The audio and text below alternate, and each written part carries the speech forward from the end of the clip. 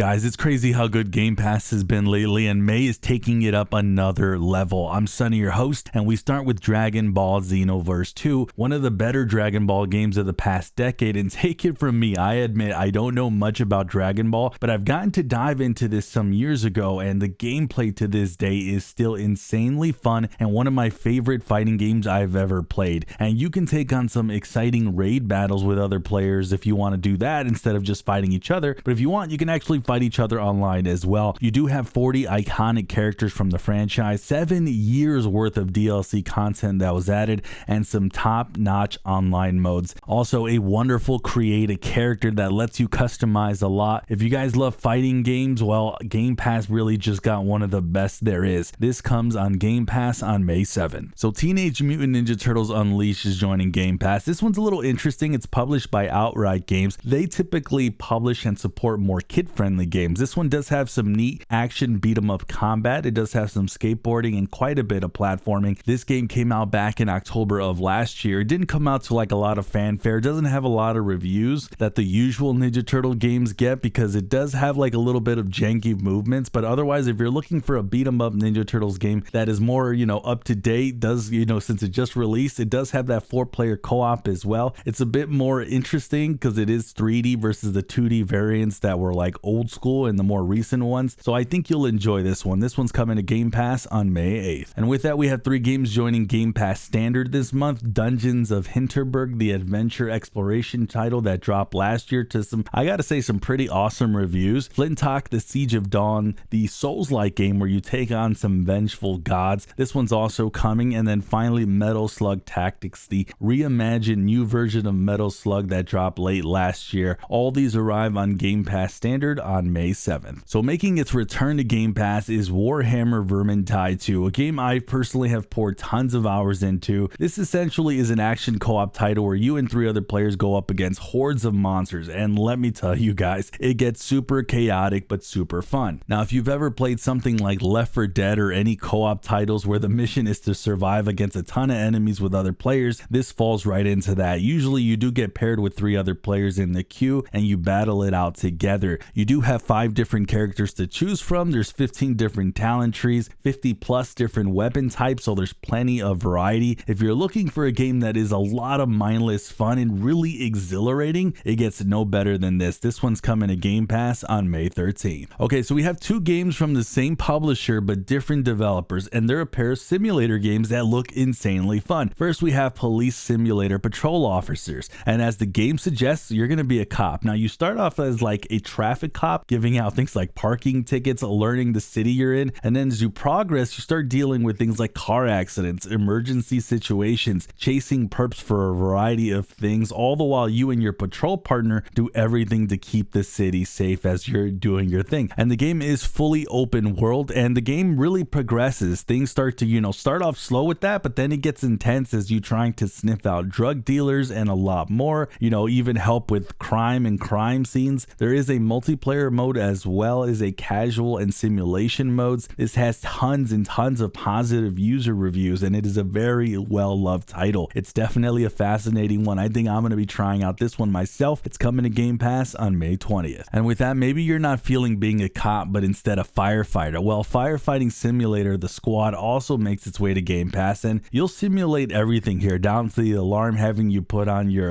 frantically putting on your authentic firefighting suit, boots, equipment, riding the fire truck yourself to the location of the fire, and at that point dealing with advanced fire simulations, including things like backdrafts, grease fires, and a lot more. And then there's the authentic representation of seeing the fire itself spread dynamically, and then there's a physics system in place to really nail that authenticity even further, and you do have a huge city to cover and keep safe. This also does have multiplayer co-op where you and 3 other friends can tackle these fires together. This one is set for a release on Game Pass on May 20th. Joining Game Pass this month is an indie game called Dredge, which on the surface it looks like a peaceful fishing sim, but if you stick around a little bit longer, you're gonna start seeing how things keep getting horrifying by the minute. In Dredge, you play as a lone fisherman exploring mysterious waters, but instead of reeling in regular catches, you're dredging up creepy otherworldly creatures looking for some cash. Now, as you sail from island to island, you're gonna pick up strange quests, discover unsettling secrets, and upgrade your boat to take it even deeper into the unknown waters. Then there's this great contrast in the game where daytime kind of feels relaxing and cozy, but once the sun goes down, the game shifts into like full spooky mode. If you guys are into original indie games, a game that has really taken off on other platforms, we're talking tons and tons of people who love this game, you're gonna watch out for this one as it lands on Game Pass on May 6th. Revenge of the Savage Planet is one of the more fun games coming out on the Game Pass this month. This one drops you into the unknown alien planet where your job is to mess with everything. Things like chasing weird creatures, collecting resources, building random stuff, and even creating as much destruction as you want. And while gathering resources and building structures, you can really do a lot of neat things. Now, the game is solo, but it really shines in co-op as well. You can team up to annoy the heck out of the poor aliens, you can set them on fire, even blasting them with explosives. And as you explore more of the planet, you'll find different areas to unlock, gear to collect, and quests to complete. It's really silly for sure, but it comes packed with plenty of stuff to do. It's perfect if you just want a chill action game to have fun with that doesn't take itself serious, but it's still a solid game. Now, I did see some reviews of this before it's come out, as in like I read some reviews of it, and people are really loving how the game really plays. They're saying it's better than the first one, so I'm really excited for this one. This one is a day one Game Pass game, and it arrives on May 8th. By far the biggest game joining Game Pass is Doom: The Dark Ages, and I'm super hyped about this one. I'm sure many of you who really love fast-paced, over-the-top shooters are as well. This is the prequel to Doom 2016 and Doom Eternal, which takes the action to a more medieval-inspired version of hell with all new weapons, enemies, and even heavier and more intense missions. And of course, we still get to enjoy that same epic gameplay with brutal yet satisfying combat that Doom is really known for. But this time though, it even has a little bit more cinematic flair and a fresh storyline that we haven't seen before. It's really looking like a wild mix of old school action and next gen visuals, and I'm all here for it. This one is set to arrive on Game Pass on Xbox Series S and X, PC, and Cloud on May 15th. So we got a release date for Kulebra and the Souls of Limbo. This is a charming indie adventure that mixes relaxing exploration with clever challenges. Now, you play as Kulebra, an undead snake detective who's stuck in limbo and decides to help other lost souls find peace and move on. This one leans more into quirky storytelling and puzzle solving, where you'll talk to other souls, you'll gather clues, and explore some pretty tricky obstacles along the way. There are even light combat elements as you come across the occasional monster. It seems like a short but memorable journey packed with humor and a really unique art style. If you enjoy thoughtful indies with some personality, this one's going to be worth looking at. This one hits Game Pass on May 16th. Now, this is a game you don't see every day. Tuatee is a puzzle adventure game where you play as a kid who's permanently stuck in a T-pose. It makes even simple things seem like brushing your teeth or opening a door feel like a full-blown challenge, and that's exactly what this game's all about, getting through the everyday stuff as an extraordinary kid. However, you're not completely alone. You've got your trusty dog buddy who helps you out with everyday tasks and keeps things from getting too overwhelming. This is a really heartwarming, colorful little game that dives into what's life like for someone who,